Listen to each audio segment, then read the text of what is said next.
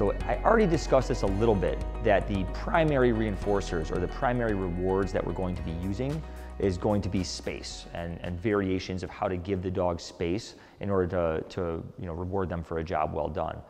However, there are some times where we do find it beneficial to utilize food as part of this work.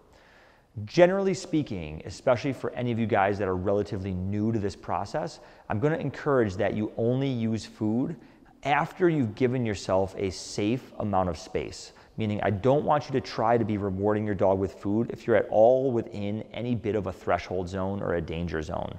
So, again, really be careful about what you're doing here. The reason that I don't want you giving food while you're sort of in the mix is that it's going to take your attention away from your dog's body language. It's also going to affect your stability as far as how you're standing and moving, and also how you might be holding on to the leash. So I really want to make sure that if you're at all within the sort of range where things could get complicated with your dog and any oncomers, I don't want you worrying about trying to reach in your pockets and get food or deliver that food to your dog. I've seen far too many scenarios where while somebody is in the process of food delivery, their dog locks eyes with the oncoming dog and then explodes, and now we only have one hand on the leash and we're maybe not quite prepared. So what we're going to be doing is giving our dog space, and then after we've given them an adequate amount of space and we're giving that 30-second to 1 minute cool-off period, that's the appropriate time to give food. And the food's just serving as a little bit of an extra reinforcer.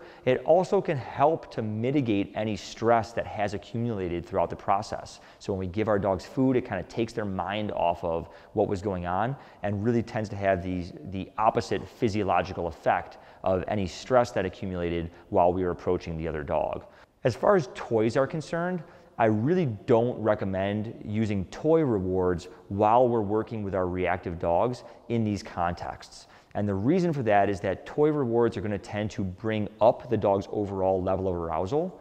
And when they're more aroused, it can bring them closer to the point of explosion. So we really want to be focusing on calming our dogs.